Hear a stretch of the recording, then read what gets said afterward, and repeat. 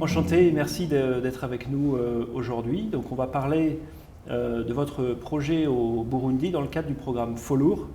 Donc au Burundi, il y a un certain nombre de problématiques liées notamment à la filière café qui représente aujourd'hui 80% des exportations agricoles et qui aussi a un certain nombre de problématiques liées notamment aux monocultures de café. C'est notamment dans ce contexte-là que vous avez mis en œuvre le projet FOLUR. Donc ravi d'être avec vous. Est-ce que vous pourriez vous présenter? Merci beaucoup. Moi, je réponds au nom de Kaitesi Odette. Et je suis coordonnatrice nationale du projet de restauration et de résilience.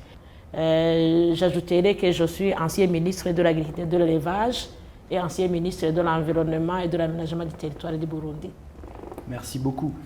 Et donc, ce serait intéressant de comprendre comment le programme FOLUR, le projet FOLUR dans votre pays, a contribué à vos politiques nationales, à vos priorités nationales, notamment en termes de lutte contre la déforestation et de restauration des écosystèmes. Et le projet FOLUR est venu à point nommé puisqu'il est venu pour répondre à la politique nationale de développement durable, surtout dans sa composante 1 qui concerne la conservation et la gestion de l'environnement, la lutte contre la désertification, mais aussi l'amélioration de la protection des aires protégées.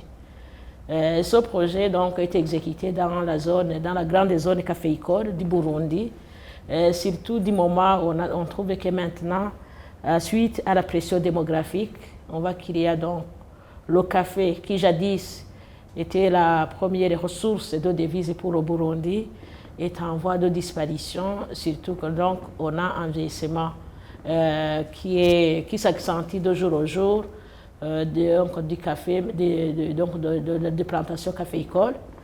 Ce projet est venu donc pour appuyer la politique du gouvernement pour améliorer la productivité du café, mais aussi d'autres cultures de subsistance pour les bénéficiaires. Merci beaucoup. Et donc, dans ce contexte-là, quels sont, vous diriez, les apports principaux du projet FOLUR? Comment le projet FOLUR vous permet d'aller au-delà de toutes les initiatives que vous aviez déjà mises en place? Comme donc, le projet FOLUR a été exécuté d'abord autour donc, de la réserve naturelle forestière de Kibira, qui est un patrimoine très important pour le pays, mais dans la zone aussi qui est la plus importante pour la production caféicole. Le projet maintenant a été exécuté dans 3 composantes. Et surtout, on doit améliorer donc, la protection du système de productivité, mais aussi autour de l'aire protégée qui est le grand aire protégée du Burundi, qui est la Kibira. Le projet est exécuté aussi pour améliorer la productivité des terres.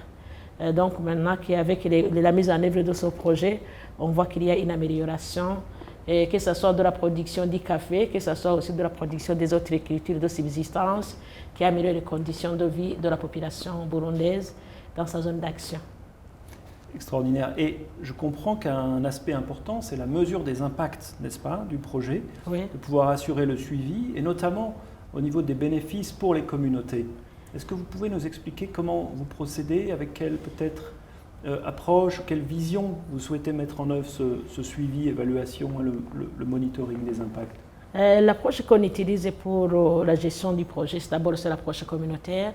On travaille avec les communautés à la base, on travaille avec l'administration territoriale et on travaille avec le ministère ayant l'agriculture dans ses attributions.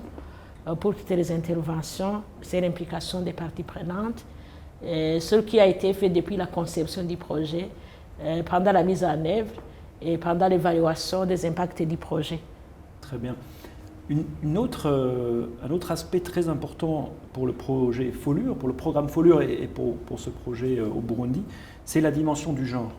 Est-ce que vous pourriez nous expliquer comment vous avez fait pour intégrer justement cette dimension et permettre aux femmes de complètement contribuer et bénéficier du projet? Et le projet, donc, pour nous, le Burundi a été champion pour l'approche genre, que le projet donc, puisse appuyer les femmes à hauteur de 54%, le projet FOLUR, à hauteur de 54%, Mais dans les faits, maintenant, l'évaluation montre qu'on a atteint plus de 70% des bénéficiaires qui sont des femmes. Pour nous, c'est une grande satisfaction qui est liée donc aux conditions de vie des ménages, où la plupart des personnes qui s'occupent des champs, ce sont les femmes. Alors on se retrouve dans une situation où la femme est devant dans la mise en œuvre du projet Folure. Et peut-être une dernière question pour finir, comment est-ce que vous voyez l'avenir? Au-delà du projet Folure, quelles sont dans les 5, 10, 15 prochaines années les conditions, les efforts encore à mettre en œuvre pour pérenniser un changement durable? Pour pérenniser un changement durable, surtout dans le projet de restauration du paysage, en l'occurrence c'est le projet Folure, l'implication des parties prenantes, l'appropriation des bénéficiaires a été mise en devant. Il y a eu le renforcement des capacités des bénéficiaires pour pouvoir pérenniser les acquis du projet après le projet. Maintenant, les investissements qu'on est en train de mettre, surtout la restauration, vous comprenez que dans la zone de café-école, un accent a été mis sur les aménagements des terrasses, la végétalisation. Il y a aussi donc les cultures, puisqu'on avait déjà le café en monoculture, mais maintenant on a des techniques de mettre le café sous ombre et de mettre les autres cultures qui sont bénéfiques pour la population. On voit qu'il y a déjà une appropriation des bénéficiaires qui sont dans les comités de gestion de l'EREDU, ici donc des bénéfices de ce projet. Pour moi, je n'ai pas de souci que donc la pérennisation du projet par les bénéficiaires, c'est un acquis déjà et que ça sera pérennisé pour garantir l'avenir des producteurs. Je vous remercie pour avoir partagé ces messages et aussi ces messages d'espoir qui pourront inspirer les autres parties prenantes du programme Follow. Merci beaucoup. Merci beaucoup.